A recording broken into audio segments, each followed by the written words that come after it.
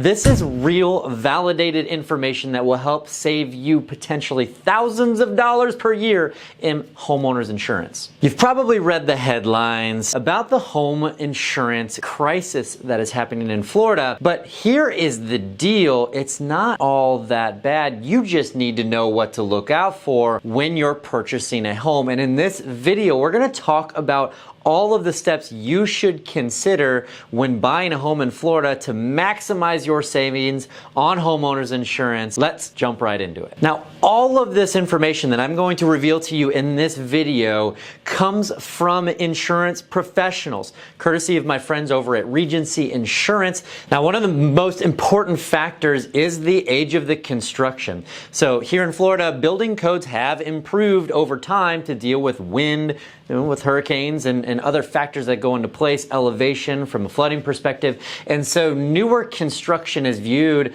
as a much more favorable option for the insurance companies. So if you have a brand new construction home, and by the way, it doesn't have to be brand new, really anything after 2010 is going to give you the best insurance rate possible. You're going to see a much better insurance rate compared to older construction homes. And I'm going to give you an example. So if we had a 1971 home with $375,000 of protection, that premium would be $3,915 per year. Now, if you have a new construction home, 2023, you can have more coverage at $500,000, and that premium would be $1,523 per year. So you can see you have a substantial savings. It's less than, more than 50% off of what the 1971 home is. New construction is a really good option to save money on insurance. Now, our next area for cost savings, a lot of people don't think about this, but the type of materials that are used in construction. And for example, if the home is a wood frame home, that is not favorable in Florida. A lot of places up north, no problem. All construction, a lot of construction up north happens that way. In Florida, concrete block is considered far superior, and so a concrete block structure is going to give you a much better rate than a wood frame home. Next on our list is the actual shape of the roof of the home. Now, believe it or not, the shape of the roof can greatly impact insurance rates. So you have two different main styles of roof line. One is a hip roof. A hip roof essentially means that there are no peaks that you see from the side of the home. So your roof line is flat all the way around. That's considered a hip roof. A gable style roof has those peaks, gives much more ability for wind to hit the face of that, and a possibility that the roof could be blown off. And so the hip roof is much more aerodynamic, and it's a better overall roof for insurance purposes. Now, on any home prior to 2002, you would want to get a wind mitigation inspection. And the purpose of that is to see what kind of credits or discounts that the home can qualify for based on its level of protection. So it was in 2002 when the new building code came out that says anything built after this date has to have hurricane protection.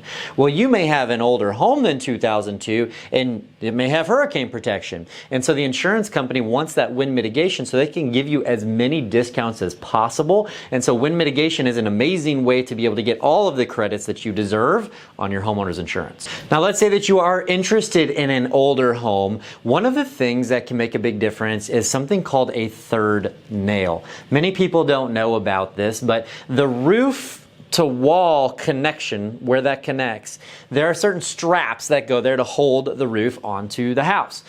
Now, many of the older homes for that bracket, they only had one or two nails that went into that bracket. Well, adding a third nail can be a substantial savings, and I'm talking like thousands of dollars potentially into the insurance premium. Oftentimes, to get a contractor to do that, you'll make up for that savings in 1 year's premium. So if you find that you have a home that does not have that third nail, it would be a really good idea to reach out to a company who specializes in and adding that third nail. Now this next one is actually probably one of the more known areas that you can save money, and that is through hurricane protection for your openings. So if you have storm shutters, you're good. You're good to go if you have storm shutters. Now for older homes where that wasn't the building code, you can either put on storm shutters, upgrade the windows. So we have something that's called impact glass here in Florida. It's rated the same to be able to withstand wind. Now, one of the warnings that I will give you is that you cannot just put plywood over windows. You can't just put hurricane shutters over windows and think that you'll get a full credit on your insurance for having storm shutters. Actually, every opening needs to be rated for a storm. So that means if you've got doors that are not impact rated, those would have to be changed or covered. If you have a garage door, people don't really understand that. The garage door is something that also needs to be impact rated so that you can fully qualify for that credit. All right, our next way to save is continuous coverage. Let's say that you are going to be purchasing a home cash. You don't have a lender. There's no requirement that you have to have homeowners insurance, and you just close on the property and you wait a month before you get around to putting home insurance on it. Well, that gap in coverage is a real problem because there's a lot of companies who say, hey, we're not going to cover this because it wasn't covered by another company. It wasn't continuous coverage. There was a gap in coverage. And so that's something that you need to be aware of, that you want to make sure that you've got coverage that goes all the way through. So if you're buying, the seller cancels, you start policy, and then all life is good, we won't have any issues there. But do not let your coverage gap. Next on our list is it's file claims wisely. Now, we pay for homeowners insurance, and if we have something bad that happens, we want to absolutely be able to get what we're deserved out of that particular claim. Now, here's the deal. If it's something that you caused, so let's say that you left a tub on overnight and it flooded the property, that could really be damaging to you because it's like this person causes issues, and that could stick with you for a very long time if that's the case. The other thing is you've got to figure out how much above the deductible is my loss. If your loss is $500 or $1,000 above what the deductible is, then, and you want to get that $500 to $1,000 out of the insurance company, that may be very short-sighted because that claim is going to tell them, hey, this property or these people are causing an issue, and that could cause your homeowner's insurance to increase over, the coming years by more than the additional above the money of what your deductible was. Our next way to save money is basically how you own the property. The best case scenario is that you are a primary resident. You're going to pay the lowest amount of money because you are living full-time in that property. That's a good thing. They want you to, because vacant properties, they're more likely to get burglarized. Some kind of an issue that happens that isn't brought to somebody's attention, that becomes a bigger problem. And so, if you're a primary resident, that's great. If it's not your primary residence, and let's say that you have, it's an investment property for you, you want to put the home or property into an LLC, a limited liability company, that can cause a lot of issues because so many insurance companies will not cover a home that's in the name of an LLC. They want an individual to be on the policy for liability reasons. All right, so this next one is maybe a little bit obscure, but at the same time, it's important. And, I sell real estate for a living. This is what I've done here for 17 years. And I can tell you that I've never seen anybody who goes out there and looks at real estate based on this one particular factor we're about to discuss.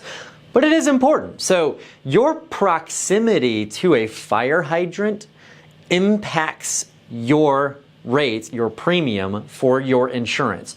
So if you are in an area that is very far away from the nearest fire hydrant, well, guess what? That's going to be a problem for the insurance companies, because if there's a fire at the property, the firefighters aren't going to be able to put it out. So something to think about. In most of the areas where there's a city, you've got a fire hydrant nearby, but as you get into rural areas, that can become more of a problem. This way to save money is probably the most common and a big one that we deal with, and it's paying attention to the age of the major components of the property.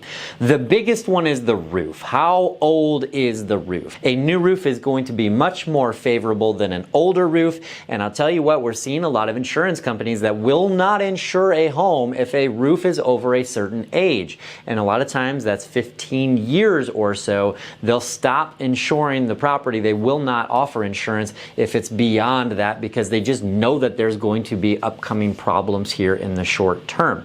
One of the other components is water heaters. Water heaters, as they age, they tend to fail. And if they catastrophically fail, we've got a massive water leak and a huge problem overall. And so the age of those components is a really big deal. So just when you're looking at property, make sure that you pay attention to the age. Now, there are some just tough to cover features of homes that I want to make sure that you are aware of. Some of those are the type of plumbing. So from the mid-1980s to the mid-1990s, there was a special type of plumbing called polybutylene plumbing. Actually, my current home had that prior to us, and it's known to catastrophically fail, and so no insurance company out there is willing to cover that. So if you're buying a home within that age bracket, you want to make sure that your inspector looks for that so that you don't have that issue.